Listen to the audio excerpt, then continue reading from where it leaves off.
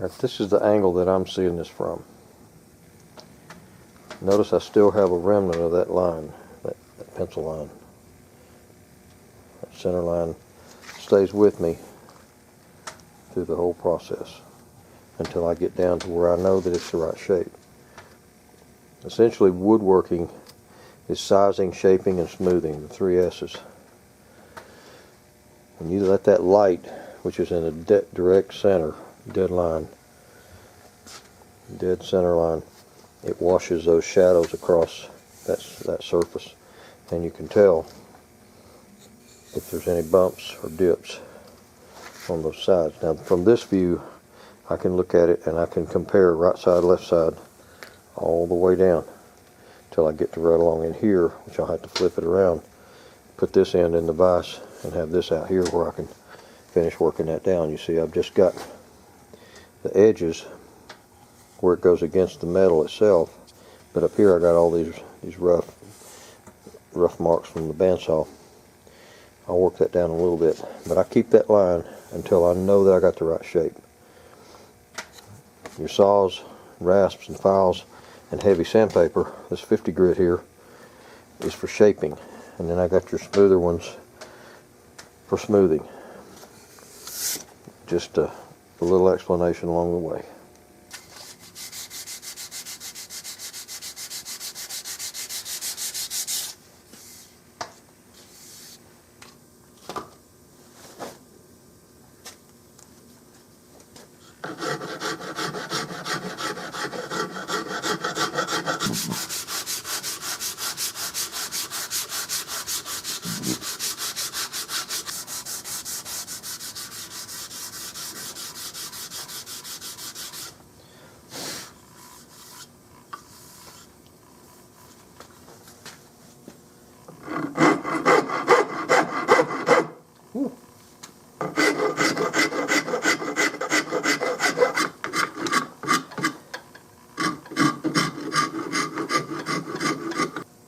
I don't know if you can see it from there, but when I was cutting this down with a knife or chisel against that metal, I cut it down on the edges and then left the middles sticking out.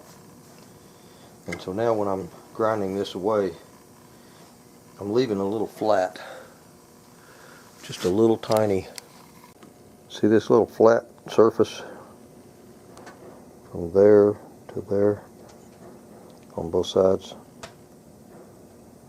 It's only about 1/8 of an inch wide. When I'm filing, I'm leaving that flat. Now I gotta work all this in. I don't have any room to work back here. I'm probably gonna have to reposition this stock, but it needs to look like this on this side.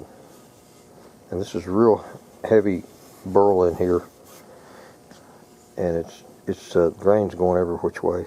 It's kind of hard to get to. But when that looks about like that on that side, then I will I'll get a finer file and then sandpaper. But that's the shape of it.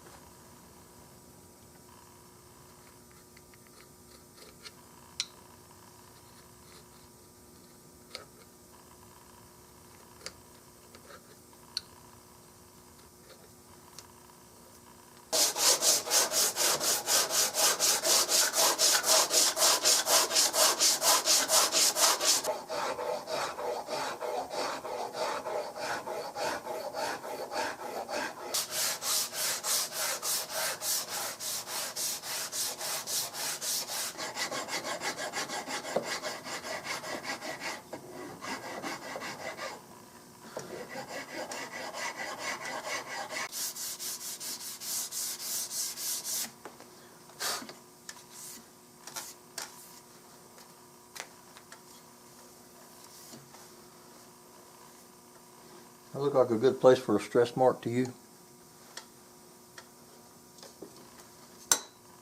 I think so. That's too rhythmic. Put one right here. That's better.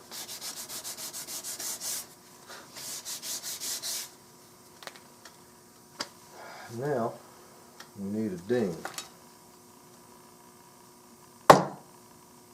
That's a pretty good ding.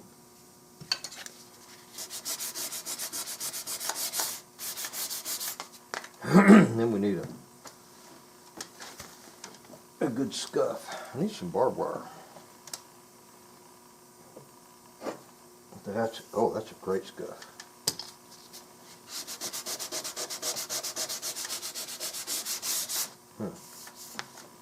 And then we need a couple of real heavy. Let's see. I don't want to put any chips in it. He said he didn't want it to look that old. But I can put a real good scrape right here. That's beautiful.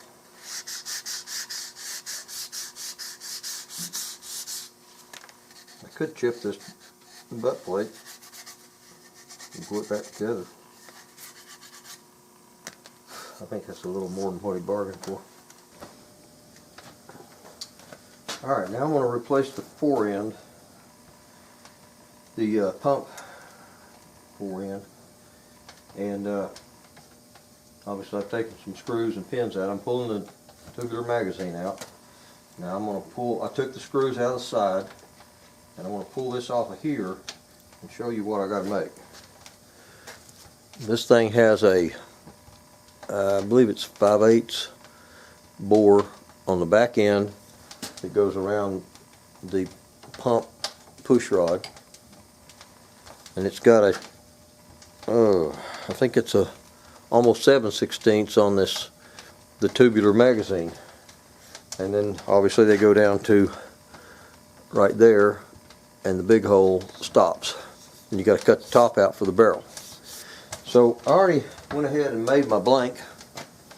I took a halfway decent piece of wood, and I drilled a 1/4 inch hole in the end of it all the way through it, and I made this wood bigger than what I needed because trying to drill a hole freehand through, I don't know what this is, about 7 inches, trying to drill it and start and come out the other end in the exact same place is difficult at best. I don't have a machine that does that. I just make stuff one at a time, so it's not super easy to make a piece at a time. If you had a mill where that's all you made, you can just set up a machine for each process.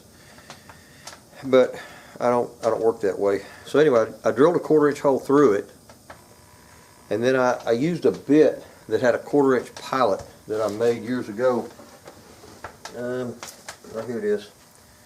It used to be a 3/4 inch drill on the big diameter, and it's got a 1/4 inch pilot, this little tip on the end of it. So that follows a 1/4 inch hole. It'll push right through. And I ground this down and resharpened it. It looks terrible, but it does cut. And that's what I drilled this hole with. And it just happened to be really close to the right size. It was a little small, so I took some sandpaper and put it on a stick, and I went ahead and reamed that big hole out. And then the little hole, to be honest, I can't remember how I did that. But anyway, I took bigger and bigger bits and just kept enlarging that hole. I just kept punching bigger and bigger bits into it until it was, it's a little bit bigger than 3/8 for some reason. So, that's how I got my holes in there. I know it fits. I have put it together, and I do know that it'll fit on there. So this 5/8 hole will go into this, but I got to take this off to make sure it fits. I know it fits. I've already tried it. This tubular magazine goes in the little hole, and it centers. It's got a slide. Whenever you're working the action on this thing, it slides, And so it's got to be a loose fit. And I know it centers into the big hole, so they do line up with each other. So now what I'm going to do is I'm going to put this on the lathe and turn this pump handle. That's the way they made them. They put these little corn cob rings in there, and then of course they rounded off the tip, and they squared off the back, pretty much a square cut.